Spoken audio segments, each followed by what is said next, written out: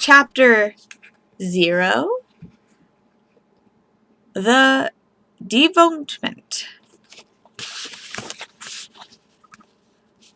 No, that last chapter wasn't really the last chapter. Don't feel bad if you put a lot of work into it. The work wasn't wasted. Many important things happen in that chapter. At least I think so. I'll tell you what. If you're that angry, just push the book aside and forget all about this chapter. And all about Cass and Max Ernest and the secret. And all about me too. Good riddance, right? No? You want to keep reading? Okay. How's this for compromise? Why don't we think of your chapter as chapter 32, the last chapter? As for this chapter, we'll make it chapter 0. If anyone asks, it doesn't exist. It's the nothing chapter, the unchapter. It's the chapter that doesn't count. And we won't call it the ending either. That grand title we'll leave for your chapter. This chapter we'll call The Devoutment. The dictionary defines a devoutment as a final part into which everything is made clear and no questions or surprises remain. By that definition, it is exactly the wrong word to describe this chapter. This chapter will make nothing clear and will raise many questions, and it may even contain a surprise or two. But I say we call it the devoutment anyway, because the word sounds sophisticated and French. You see, there was one more occurrence in the lives of our two heroes that I may relay before we are finished, and this occurrence, I doubt that it will give you what people call a sense of closure. If you are anything like me, and I fear you are, excuse me, if you've read this far, you'll find it more maddening than anything else. My intent is not to torture you. I was merely wanting to show you that there was a larger picture, that our story doesn't begin and end with this book, or Cass and Max Ernest, or even with you and me. One rainy Wednesday afternoon, not very long after the experience at the Midnight Sun, excuse me, but long enough so that she'd already grown extremely tired of trying to convince people that their experience was real, Cass was setting up stairs at the firehouse, having tea with Grandpa Larry, just as she had done every Wednesday for years. This time, however, they were not alone, much to the delight of Grandpa Larry, who loved nothing more than a fresh audience for his stories. Their Wednesday ritual was recently grown to include Cass's new friend, Max Ernest, as a special guest today, Benjamin Blake. This week's tea was Earl Grey, the tea that Benjamin insisted was incorrectly named because it's twisted pale blue. Benjamin had a similar complaint about orange poke, a tea that he said tasted olive green. Green tea, on the other hand, was not green, but bright yellow. Grandpa Larry tried to explain that Earl Grey was named not for the color, but for Charles Grey II, Earl Grey, also known as Viscount Hodwick. However, his young listener didn't appear to care much about the Viscount, so Grandpa Larry gamely switched topics and started to relate an old and gratifyingly bloody Chinese tale about the origin of tea. The legend contained a Buddhist monk who kept falling asleep whenever he tried to meditate. This monk got so frustrated that he eventually cut out his own eyelids. I know, ow. According to the legend, the world's first tea bushes grew in the spot where his eyelids fell. That is why it is known to this day that drinking tea helps people keep their eyes open when they're tired. It was then that they first heard Sebastian barking downstairs at a customer who had arrived. It's Gloria. It's Gloria. I'll be back, said Grandpa Wayne, shouted from below. As always, Gloria had arrived at the fire station with a big box of stuff. The kids waited impatiently for Grandpa Larry carried it in for her. Gloria, this is Max Ernest and Benjamin. And, you remember Cass? Said Grandpa Larry, after he finally found space to put the box down. I think so, said Gloria. Wasn't she here last time? Cass waited for more, but Gloria only seemed to smile in a vague sort of way, as if Gloria barely remembered her. Yeah, we saw each other at the Midnight Sun, too, Cass prompted, in case Gloria thought Cass didn't want her to mention it. The Midnight Sun? You mean the spa? Gloria seemed genuinely surprised. You might be thinking of someone else. She said. I took a terrible fall right before I was supposed to go. Ask Larry. He'll tell you. I spent a whole week in the hospital, and they thought I might have had amnesia. It was like days of our lives. About how it was it? I'm dying to hear. I don't know how they allowed children. Or I didn't know they allowed children. Cass looked closely at Gloria, expecting some secret communication, a threatening glance or a sly wink, but Gloria's face was blank.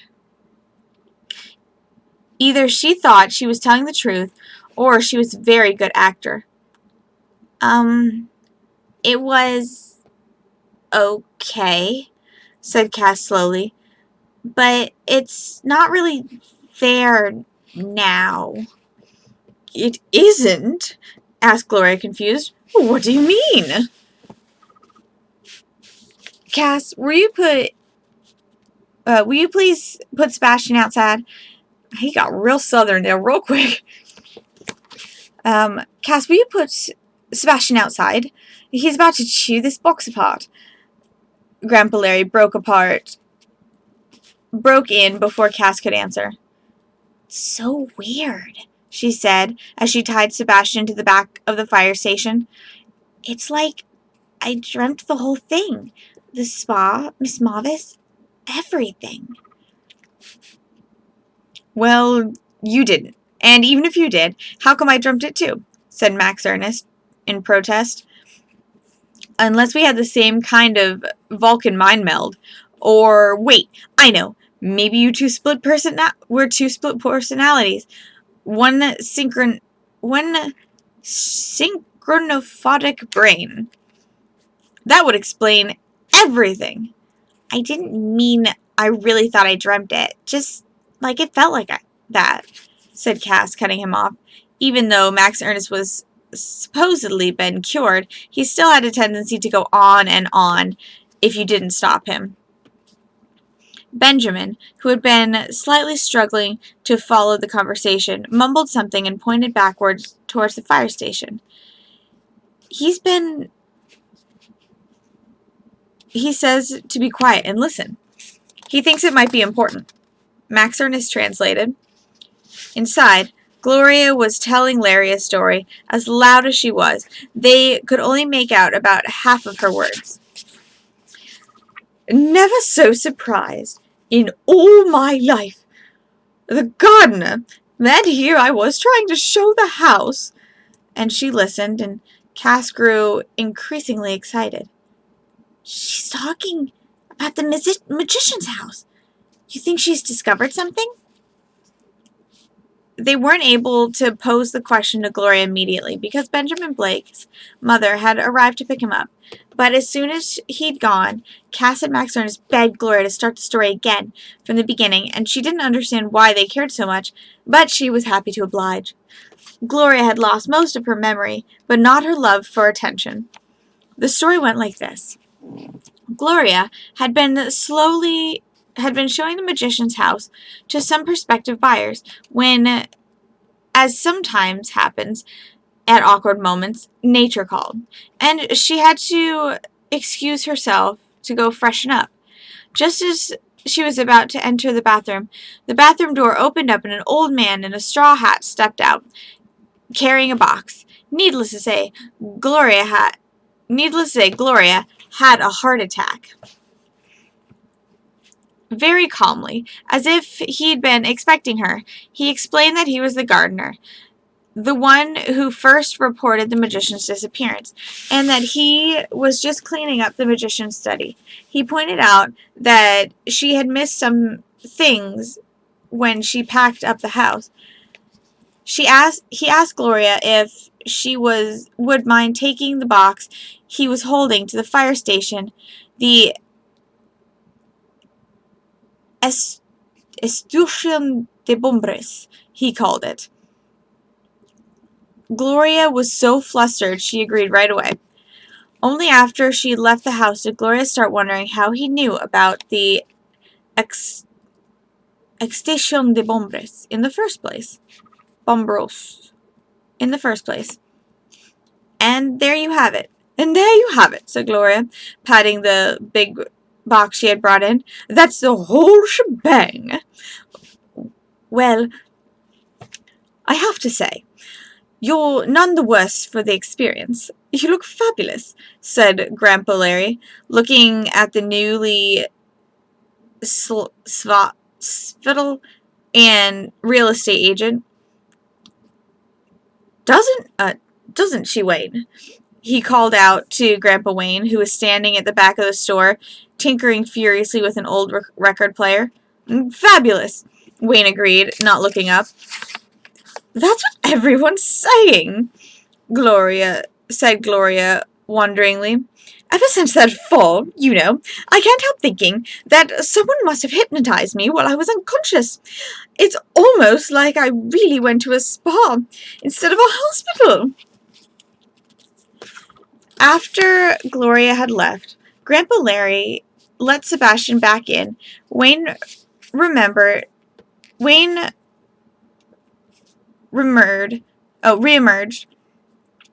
It turned out that the record player wasn't so desperately in need of fixing after all, and everyone, including the dog, went upstairs to have more tea. And to look through the box the gardener had sent. Immediately taking charge, Cass opened the box with a kitchen knife, insisting that she get to handle everything in the box before anybody else. She could tell her grandfathers thought her behavior was a little selfish, but they didn't say anything, probably because they didn't want to reprimand her in front of Max Ernest. The box was filled to the capacity with small items covered in newspaper. Cass eagerly unwrapped them, inspecting each one for clues and secret messages. But the more things she inspected, the clearer it became that there were no clues to be found. The box contained only dishware, plates, bowls, and cups. Cass was crushed. She had predicted, or at least hoping, something she hadn't mentioned to her grandfathers, or even Max Ernest. Something about the magician's gardener. But now it appeared she was wrong, and the gardener was exactly who he said he was. The box of stuff was no more than just a box of stuff. Her grandfather, on the other hand, couldn't get over their good luck. Can you believe somebody's getting rid of this? Asked Grandpa Larry, holding up a pestle plate. Do you know what Russell Wright goes for these days? Taking a few sample dishes, Larry and Wayne ran downstairs to check them against the pictures in the book they had. Cass knew they would be at it for hours, and the grandfathers couldn't have chosen better things to send. Oh, the gardener couldn't have chosen better things to send if he'd intentionally sent out to give her grandfathers the most distracting item possible. So, what do we do now? 'Cause I sort of have homework, said Cass to Max Ernest. Oh, to Max Ernest. She didn't really want to do homework, but she wasn't much in the mood for company anymore. I don't know. Hey, what's he smelling? Asked Max Ernest. There's nothing left in there. Cass followed Max Ernest's eyes over to Sebastian, who was sniffing the empty box and wagging his tail. There's probably some kibble under it or something, said Cass, refusing to be interested. Still, she picked up the box and peeked underneath. Nothing. Nothingness. There was something... nonetheless, there was something unusual about the box. What's it made of? Why is it so heavy? She asked, shaking it in her hands. She put the box back down and looked inside. Then she looked at the outside. Then she looked inside again. This time she reached down and, pulling up the cardboard, the box had a false bottom. Hidden beneath the cardboard were two packages wrapped in paper tied with strings, and the larger package was addressed to Cass, and the smaller to Max Ernest. In a more somber moment, Cass might have reflected on the dangers of opening an unexpected package from a total stranger. This was not a sober moment, however. She and Max Ernest both tore open their packages at once. Fortunately, the packages did not contain explosives. They were not even booby-trapped. Cass's contained a backpack. I wish I could describe the way the backpack looked, but there was a very good chance she still is carrying it to this very day. And I don't want to give you any more ways to identify her than I already have. At any rate, it was the backpack's appearance that made it special. In fact, it wasn't the backpack's appearance that made it special. In fact, when Cass first saw it, she was almost disappointed that it looked so normal. Inside, that was another story. The backpack was filled from top to bottom with state-of-the-art survival gear, all very compact and lightweight and built to withstand the hardest use of the hardest conditions. The backpack's best feature she didn't notice until the backpack was empty. These were the things the backpack did, as opposed to the things it contained. For instance, if you pulled one cord, a parachute popped out. If you pulled another cord, the shoulder straps inflated, and the backpack became a flotation vest. If you turned the backpack inside out and unzipped it all the way around, it expanded into a full-size tent. Cass knew her mother would be very unhappy to see Cass wearing a backpack again. Lately, her mother had been trying to get her to carry a handbag. But Cass had a feeling that this backpack she knew she would never take off. Max Ernest's package was also disappointing when he first opened it. It contained what looked like familiar handheld device, a kind of device you would see every day, not even a very special version. But it only took Max Ernest a few seconds to discover that the device wasn't what it looked like at all. It didn't even accept any game cartridges. Oops, I almost gave away what it was disguised as.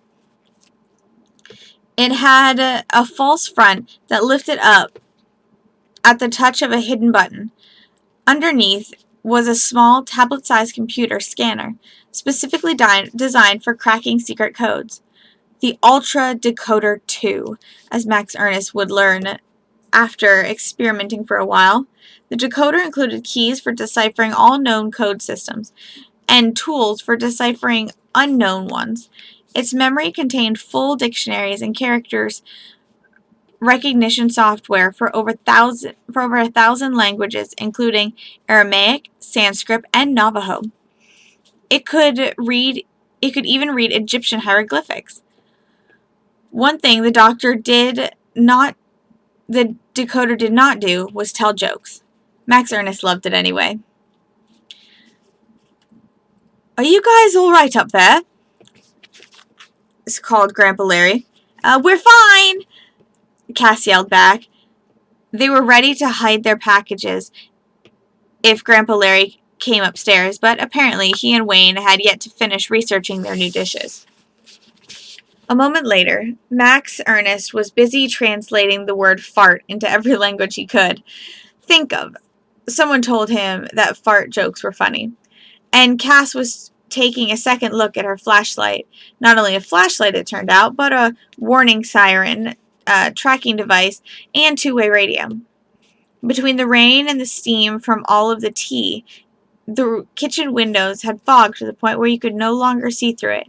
Whenever light passed through the glass, thousands of tiny droplets would briefly illuminate, then disappear.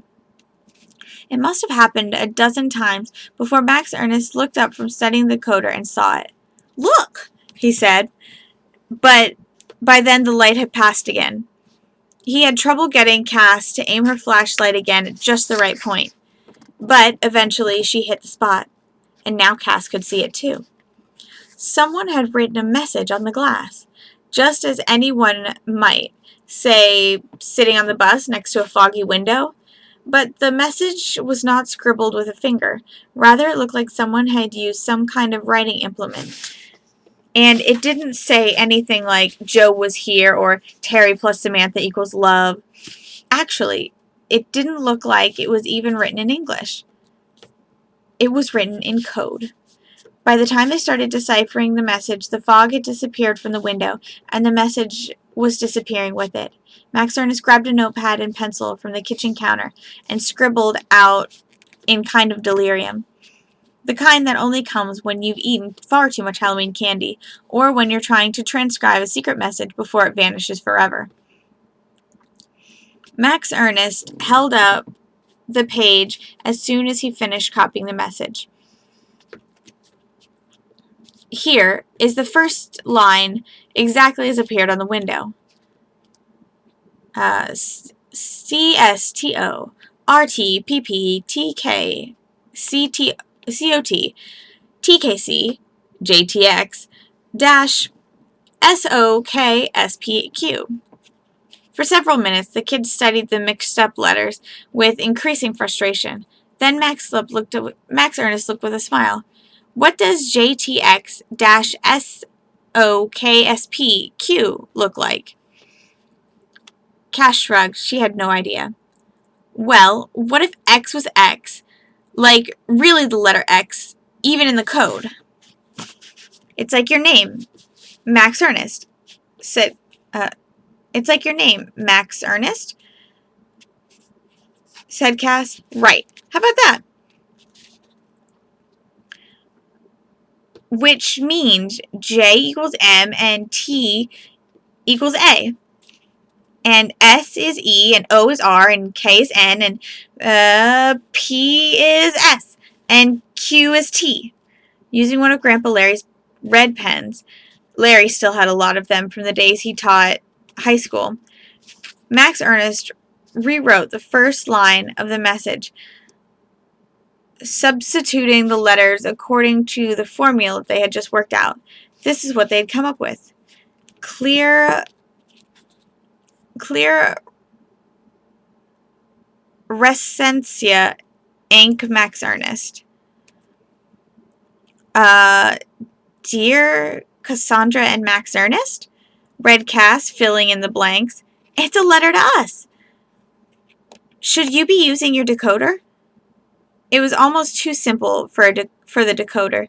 Having gotten so far, Max Ernest could have deciphered the rest of the message himself, but it would have taken him much longer. The decoder did the job in less than a second. It also told him that the keyword was tertius.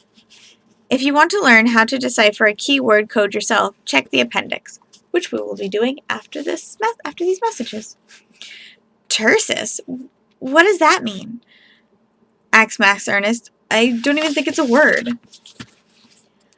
"I don't know. Maybe we'll find out if we read this letter," said Cass, who felt as if she'd been waiting for years to read it rather than only just a few minutes. It's difficult to decipher the feelings that our two friends experienced as Max Ernest read the letter aloud from the screen of his decoder, even if you were good at having feelings. And I, as you know, am not. I think you would have had trouble finding the names of a particular mix of emotions.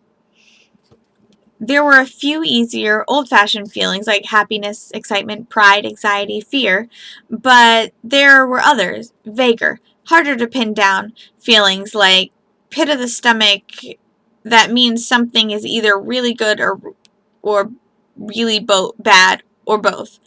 Feeling of being old and young at once, the sense of beginning and endings happening at the same time, a certainty that your life is changing, but an uncertainty of how it's changing and whether you want it to. There's also a feeling combined with confusion, recognition, and amusement all at once. The feeling that came from the letter was from the way the letter was written. The funny thing was, even after the letter was decoded, it still didn't sound exactly like English. It sounded foreign. Foreign in a familiar way. Foreign in a way that felt to Cass and Max Ernest like an old friend. I've included the letter below with one minor necessary exclusion. The letter, I think, speaks for itself. So this is goodbye. For now. See, I warned you about endings. Dear Cassandra and Max Ernest, congratulations for escaping yourselves from the Midnight Sun. By recruiting the boy Benjamin Blake, you have not only saved the life, you have performed for the whole world a service, keeping the evildoers from great power. Unfortunately, Miss Mavis and the Dr. L have escaped themselves too. At this very moment, they collaborate for themselves, their army, and every day they come closer to the secret. The secret is not what they think it is, but that is all the more reason for that we must protect it from them. We have very little of the time. Many lives they are at stake.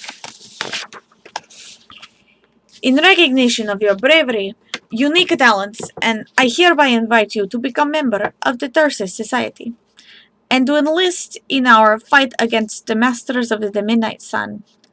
Understand this. Once you swear to the oath of the Terces, your lives, they will never be the same.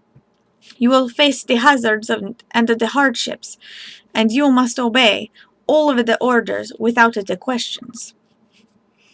If you accept to join our noble cause, leave a XXXXXXXXXX in this window next Wednesday. The man you call Owen, he will find you and take you to us. In the meantime, please watch carefully the boy Benjamin. He is more valuable than you even know. I beg for you to join us. Without you, I fear we will not succeed. I am sure I do not have to tell you. Speak no one about this letter, for you have now entered yourselves into the circle of the secret, and anyone who knows the secret, their lives are in great danger. With the greatest admiration, respect, PB. Dun dun dun dun dun dun! And there you have it, folks. We have finished. The name of this book is a secret. Now we're going to try this. Alright. I should just start doing this more often and just practice reading things upside down so that when I go into a voice booth, I'll just read everything upside down to begin with. Alright. Appendix. Appendix usually means small outgrowth from the large intestine, but in this case it means additional information accompanying main text, or are those really the same things? Think carefully before you insult this book. But this book is a troll and I want to insult it anyway. Grandpa Larry's compass recipe. To make a compass in a bowl of water, you need a magnet, a cork, and a stick pin, or a thin needle. Hold the pin by one end and brush the magnet down the pin from one end to the other. in one direction only. Never brush the magnet back up the pin. Repeat 20 times or more until the pin is fully magnetized. Then push the pin through the cork gently. Place the cork in the bowl of water. The floating cork will rotate until the pin points north. This is how sailors navigate before the invention of the modern compass. Feel free to share this information. It's not a secret. Just don't tell anyone where you heard it from. I'm so confused. What are you confused about? Let me know what's going on in the confusion of Hockey Night. Thank you so much for the host. I'm gonna do it. Where's my pillow? There's my pillow.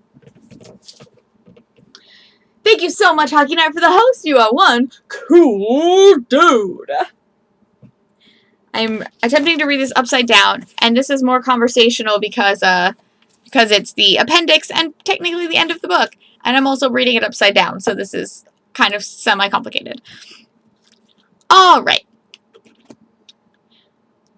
Cass's Super Chip Trail Mix. Author's note, I've never tried this recipe myself, but Cass swears by it. Ingredients. 1/4 cup chocolate chips, 1/4 cup peanut butter chips, 1/4 cup banana chips, 1/4 cup potato chips, and no raisins ever. Instructions. Pre-break banana chips and potato chips by dumping them into a big bowl, then crushing them with a cup. Try making all the pieces the same size, about 1/4 inch round, in mixing bowl. Mix in chocolate chips and peanut butter chips. Pour into a Ziploc bag, seal, eat in emergencies, or when you don't like what's being served for dinner. Circus Glossary.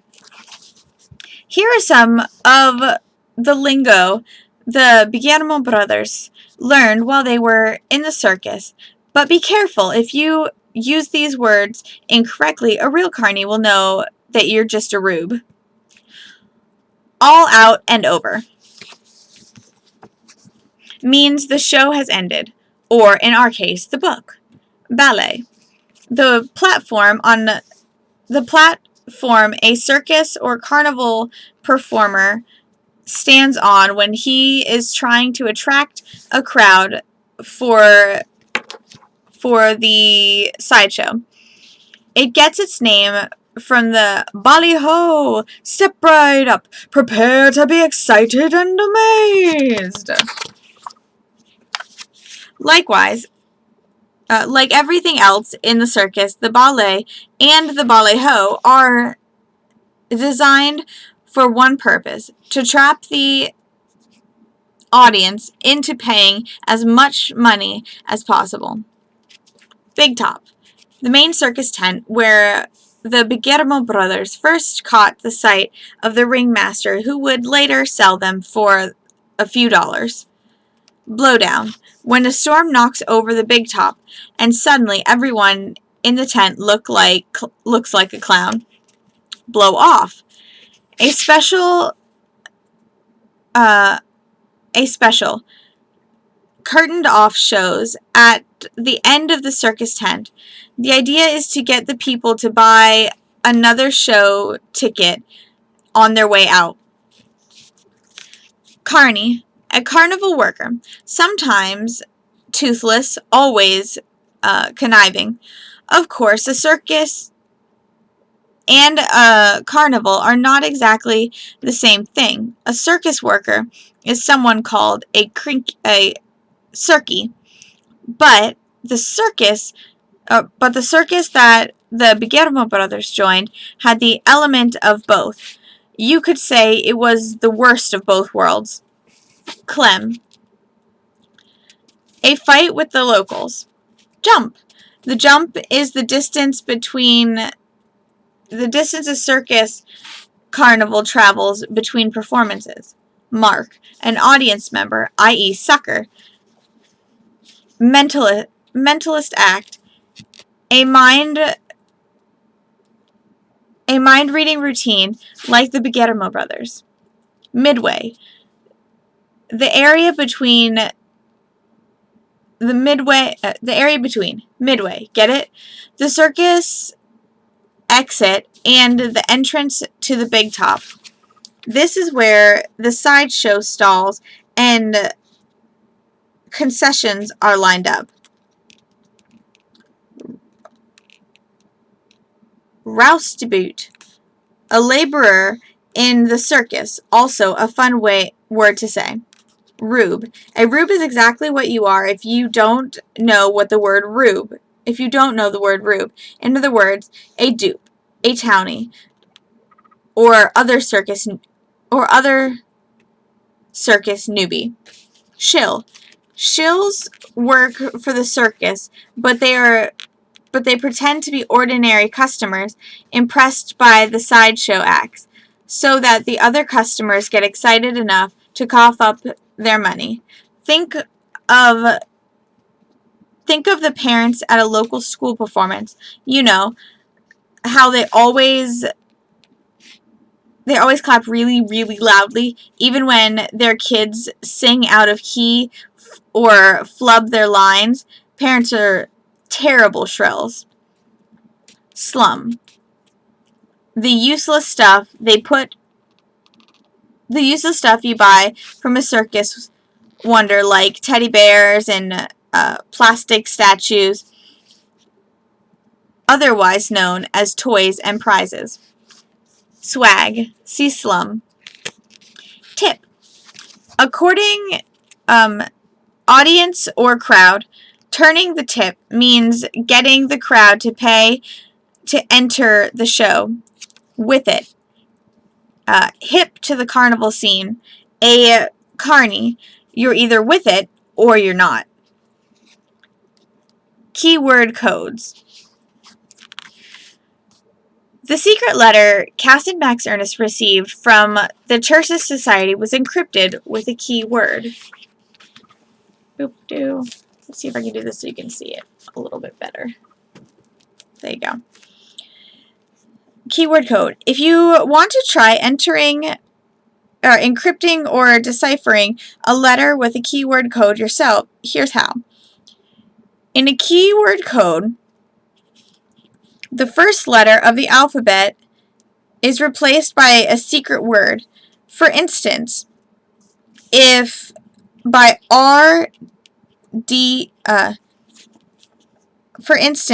if Terces is your secret keyword, A is replaced by T, B by E, C by R, D by C, and E by S, you skip the second E in the terces because you can't repeat letters.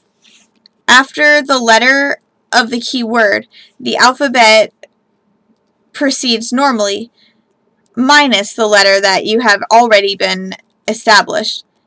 Therefore, in this case, F is replaced by A and G by B. H, however, is not replaced by C because you've already used C for D. Instead, H is replaced by D. In the end, your code will look like this. ORRATHER. Or rather, YL. Let me see if I can get this. YLUORLCS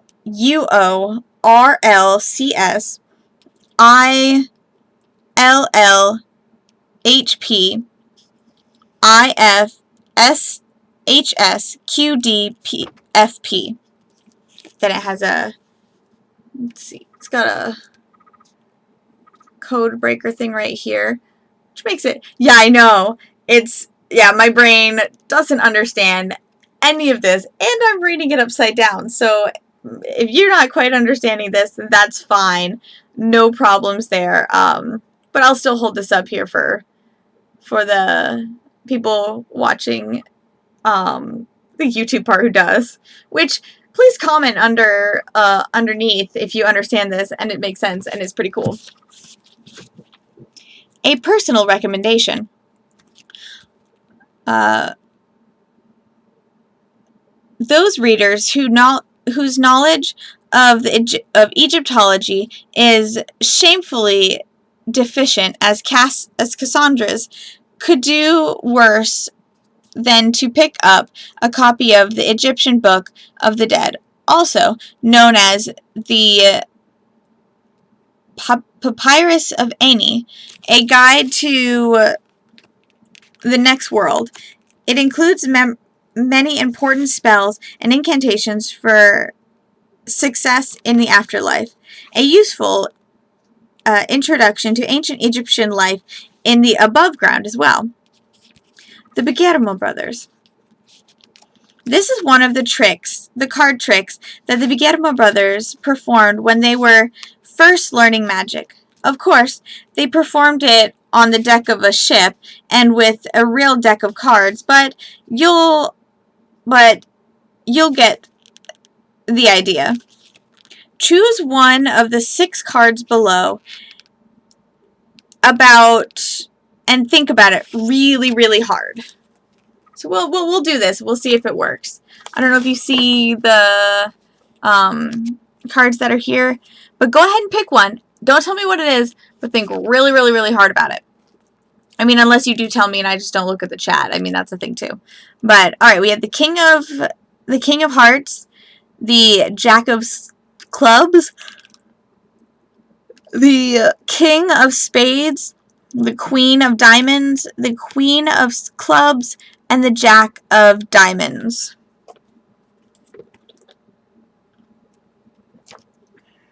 Again, that is the King of Hearts, the Jack of Clubs, the King of Spades, the Queen of Diamonds, the Queen of Clubs, and the Jack of Diamonds. Go ahead and think of one of those and either tell me or don't tell me. Either way, I mean, I'm just going to be reading the book, so. All right, you got it? All right. Now, keep thinking about it as you flip the next page. All the cards will appear again, except the one you were thinking about.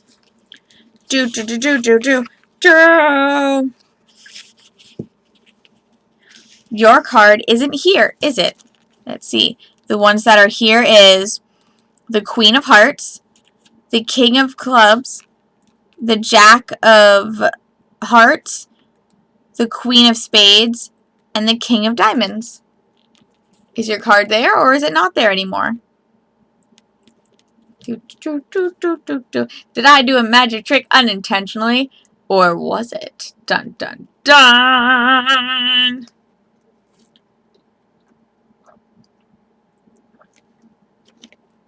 What do you think, Hockey Knight? Did your card make it? No, it worked! Nice! Yes! I'm unintentionally magical. But then again, we already knew it was magical, so it's okay. Think it was just a coincidence? Let's see, I was thinking of the King of Hearts. Nice! Yep. No King of Hearts here. There you go, look at that. Think it was just a coincidence? Try again. Go back to the last page, choose a different card, and think about that card. Then return to this page again and see if it's there. Let's do it one more time. Let's do it one more time, just for the heck of it. And go ahead and, you can tell me this time because, I mean, we're just going to go back. So, the King of Hearts, the Jack of Clubs, the King of Spades, the Queen of Diamonds, the Queen of Clubs, and the Jack of Diamonds. Is it there? Tell me when you have picked it out to do, picked it out to do. I will use this time to drink all of the waters, because drinking things. Hydration is good. Queen of Diamonds. All right. Yep, that's one of them there. We'll go back to the next page. Is your card there? Woodly, woodly, woodly, woodly. The Queen of Hearts, the King of Clubs, the Jack of Hearts, the Queen of Spades, or the King of Diamonds. Let's see, a Queen of Diamonds. Nope, your card is not here either. Look at that. Got it twice. 2 times in a row. That's how that works. Hockey night, we did it. Yeah. This says, I'll be keeping a watch chat too, so. Want to try the trick on someone else? Hand this book to them and make them choose a card. Better yet, forget the book. Grab that girl at that magical place. Exactly. Better yet, forget the book. Better yet, forget the book. Grab a deck of cards and put on a show. If you haven't figured out the secret, I'll tell you how the trick is done. But remember, the first rule of being a magician is not to give away your tricks. So don't let anyone else in on it, no matter how much they beg or plead or threaten you. So, you know, as I tell the entire world on a stream, don't you go tell people. What you'll need is a deck of cards and a top hat. A cowboy hat also works. A baseball hat, not so much. Think style. Before your audience arrives, separate all the face cards from the deck. Then divide the face cards into 2 groups of 6. 6 cards each. Each group of 6 should be included 1 black king and 1 red king, 1 black queen and 1 red queen, 1 red jack and 1 black jack. Remove a card from one of the group and return it to the original deck. You now have 1 group of cards and 1 group. Let me start over again. Remove a card from one of the group and return it to the original deck. You now have 1 group of 5 and 1 group of 6 cards. Hide the group of 5 cards in your hat. If there is a ribbon around the inside of the hat, try sticking them under the ribbon. That way, you can wear the hat without disturbing the cards. Spread the other cards on the table. You're now ready to begin. Tell someone in the audience, preferably a sibling whom you want to annoy, to choose one of the cards on the table. Tell the person not to say the name of the card. Instead, he or she should simply think about the card really hard. If you're wearing your hat, take it off. Begin very carefully not to let the hidden cards fall out. Then pick up the card off the table and put them in your hat. 2. Be sure to keep the 2 safe sets of cards separate. After a subtle magician interlude into which you pretend to concentrate on the cards and perhaps even put the hat back on, remove the hidden group of cards with the group only 5 cards and arrange them in front of you. Ask your victim, that is, your audience member, if his or her card is on the table. None of the original cards will be there because they're in your hat, but your audience will think that only one of the cards is missing. Et voila! And with that, the end. Remember, no matter what happens in this crazy, crazy world, you'll always have your little goals and your big dreams. Bye, guys! Mwah!